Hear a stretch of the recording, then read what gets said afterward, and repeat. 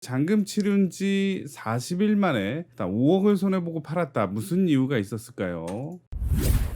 그거를 시간별로 나열해 보자면 한 매수자가 22년도 7월 달에 21억의 헬리오시티 84제곱을 매수했습니다. 그리고 나서 2달 남짓 해가지고 21억에 대한 잔금을 치렀고요. 자, 이때 이제 등기가 넘어가겠죠. 이후로 한 40일 정도 흘렀을 때 21억, 4억 3천을 손해보고 16억 7천에 매도를 했다라는 사실이죠. 취등록세 등등 해가지고 대략적으로 5억 정도 손해봤다고 할 수 있는데요. 자, 일단 왜 그랬는지 알기 위해서는 2022년 7월 2일로 한번 가보도록 하겠습니다. 자, 일단은 7월 2일날 계약서를 썼는데요. 자, 등기를 보니까 30대 두 분이 공동 명의로 돼 있습니다. 자, 부부로 추정을 하고요. 매매가는 21억이고 전세는 12억이었다. 자, 그래서 전세 12억을 안고서 21억에 계약을 했다. 전세 끼고 상계 되는 거고, 자, 갭은 9억이니까 현금 또는 신용 대출을 받아야 되겠죠. 그때 당시 시세로 봤을 때는 저 금액이 어느 정도 납득이 되는 금액이었죠. 7월 2일날 요게 이제 매수 자료인데 그 전에 뭐 20억, 21억, 22억 해가지고 자 20억 밑으로는 그때 당시에는 실거래가가 있지 않았다라는 사실이죠. 자, 그래서 등기부등본을 보더라도 7월 2일날 매매를 했고요. 접수 원인 이때가 이제 잔금일 등기 접수일이 되는데 9월 30일날 잔금을 치렀다. 자, 그리고 나서 2달 남짓 흐르고 드디어 잔금일이 다가왔습니다. 자, 매도자랑 매수자가 부동산에 모였겠죠. 하지만 매수자는 상당히 표정이 안 좋던지 걱정 근심이 많았을 거라고 추정이 됩니다. 아니면 이 계약을 포기해야 될까 이런 생각도 하셨겠죠. 자, 왜 그랬을까요? 자, 그거를 알기 위해서는 9월 30일 잔금일 3일 전으로 돌아가면 바로 2022년 9월 27일에 뉴스 기사가 한 개 떴습니다. 자, 헬리오시티 13억 8천만 원의 거래 9월 27일이죠. 자, 21억에 대한 매매 계약을 체결을 했는데 잔금일로부터 3일 전에 이런 뉴스 기사가 나왔던 거죠. 13억 8천. 자, 이때 당시도 커뮤니티에 말이 많았죠. 자, 증여다 아니면 가족 간의 거래다. 자, 일단 증여는 아니죠. 자, 실거래가는 유상승계, 증여는 무상승계라서 여기에 기록되지 않습니다. 자, 그래서 특수 관계인 간의 거래가 직거래로 나타냈다라고 그때 당시 예상을 했는데, 자, 요거에 대해서 제가 예전에 올린 영상이 있는데 그 영상대로 진행이 됐네요. 자, 그리고 지금은 매도자, 매수자가 누군지 알 수 있죠. 자, 일단 매도자는 50대 그리고 60대 분 공동 명의로 돼 있었습니다. 부부로 추정이 되고요. 매수자는 30대이면서 공동 명의로 매수를 했습니다. 매도자 1인과 매수자 2인의 성이 같기 때문에 가족 간의 거래일 것이다라고 일단 예상이 되고요. 그렇다면 왜 증여를 하지 않았을까요?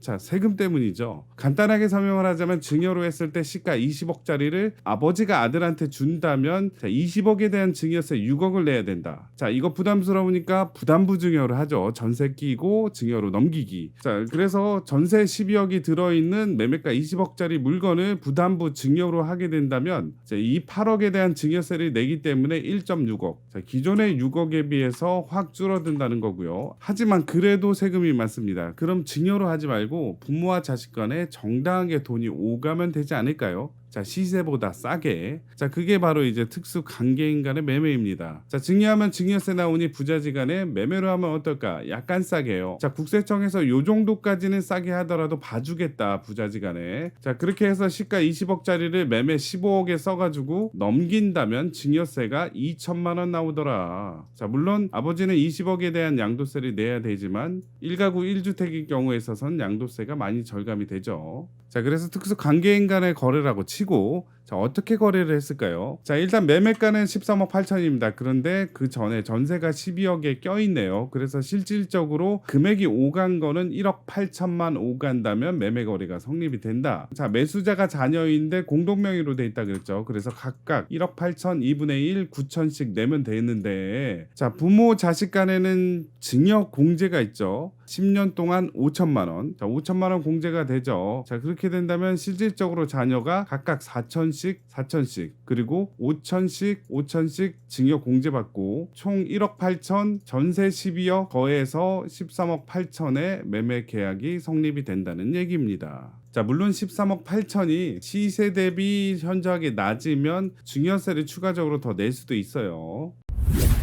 자, 잔금을 3일 앞두고서 그러한 13억 8천의 뉴스 기사가 나오다 보니 자, 흔들릴 수밖에 없는 거죠. 에이, 그거는 가족 간의 거래고 직거래고 또 현저하게 낮은 금액이기 때문에 무시해도 되지 않습니까? 자, 물론 무시해도 됩니다. 하지만 그 거래가 하나의 기준점이 됐습니다.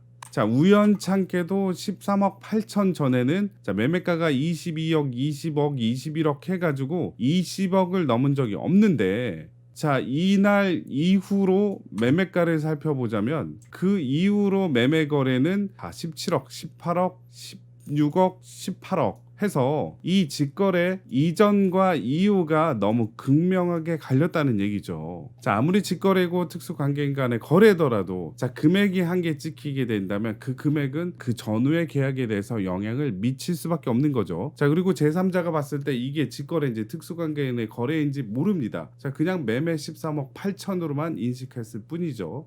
여튼 잔금 3일을 남겨놓고 13억 8천에 대한 뉴스 기사나 뭐 커뮤니티에 글들이 도배가 됐었죠. 자, 그렇게 된다면 이제 매수자는 고민을 하게 됩니다. 계약금 2억은 들어간 상태고, 자, 떨어지면 시작이니까 그냥 과감하게 포기할 것이냐, 아니면 직거래이기 때문에 별 영향이 없다 그대로 진행할 것이냐라고 고민을 했겠죠. 계약금만 넣었다면 포기가 가능하지만 중도금까지 들어갔다면 포기가 불가능하죠. 자, 그래서 그대로 가지 않았을까 생각이 듭니다. 자, 그래서 21억에 대한 잔금을 9월 30일 날 내고요. 자, 그리고 나서 10월이 됐습니다. 이제 고민에 들어가는 거죠. 만약에 반등의 시기가 올 것이냐, 아니면 계속해서 하락할 것이냐. 하락을 하게 된다면 손절을 해야 되는데 그 손절 타이밍이 언제일지, 가격이 이렇게 빠지더라도 버티려면 일단 전세 가격이 계속해서 지지를 해줘야 되는 거죠. 전세는 21년 12월 25일 날 12억에 들어갔고요. 만기는 23년 내년 12월 달이 되는데, 자, 그렇다면 그때 당시 전세 12억이 계속해서 유지가 됐었을까요? 22년도 10월 당시 전세는 자, 최저가 7억 5천, 9억 그리고 10억 정도 해서 자, 전세 12억보다 2억에서 3억 정도는 떨어진 시세라고 할 수 있겠죠. 자, 그렇게 된다면 만기가 다가왔을 때 임차인은 계약갱신 요구권을 쓰지 않죠. 자, 그거보다 저렴한 전세로 이사를 가겠죠. 자, 그래서 만기가 돼서 세입자가 나가게 된다면 새로운 임차인이 자, 요 시세보다 저렴하게 들어오게 되겠죠. 그렇게 된다면 그 차익을 내줘야 되고요. 자, 요것도 저것도 다 귀찮다, 매수자가 입주를 하겠다라고 한다면 이 12억을 내주고 본인이 입주를 해야 되는데 그 금액이 부담스럽다. 자, 그러다 보니까 여러 고민 끝에 2022년 11월 19일 날 매도를 했습니다. 불과 40일 만에 4억 3천을 손해보고 자, 매도를 했습니다. 4억 3천을 손해보는 거에 그치지 않고 자, 매수할 당시에 21억에 대한 취득세 6,930 정도 되고요. 신용대출을 받았다면 그 이자 비용 나왔을 테고요. 그 다음에 취등록하기 위해서 법무사 비용, 그 다음에 살 때 팔 때 중개 수수료, 중개 보수까지 내게 된다면 대략적으로 자, 5억이 넘는 손해를 보지 않았을까라고 예상이 됩니다. 자, 이분들은 더 떨어지기 전에 매수를 잘한 걸까요? 지금 현재 네이버 부동산에 나와 있는 시세는 자, 매매는 15억 9천부터 시작을 합니다. 자, 물론 저층이라서 고층으로 간다면 한 16억대를 유지할 것 같긴 합니다. 자, 그리고 전세 시세는 12억이었죠. 지금은 7억 6천부터 시작을 하더라. 자, 그래서 대세 하락의 시기에는 두 가지로 극명하게 갈렸다라고 할 수 있는데요. 자, 첫 번째 사례는 특수 관계인 간의 거래였죠. 대세 하락의 시기를 이용해서 증여를 목적으로 특수 관계인 간의 거래를 해서 증여세를 줄일 수 있는 기회로 삼으신 분도 있고요. 자, 또 다른 사례로는 대세 하락의 시기가 이렇게 급박하게 올 줄은 몰랐다, 그게 고점이 되고 손절을 할 수밖에 없었던 안타까운 사례로 이어지는 경우도 있었습니다. 자, 어쨌든 오늘 하루도 좋은 하루 보내시고요. 건강하시길 바른길 부동산이 응원하겠습니다. 이 영상이 마음에 드셨으면 구독, 좋아요 부탁드리겠습니다. 감사합니다.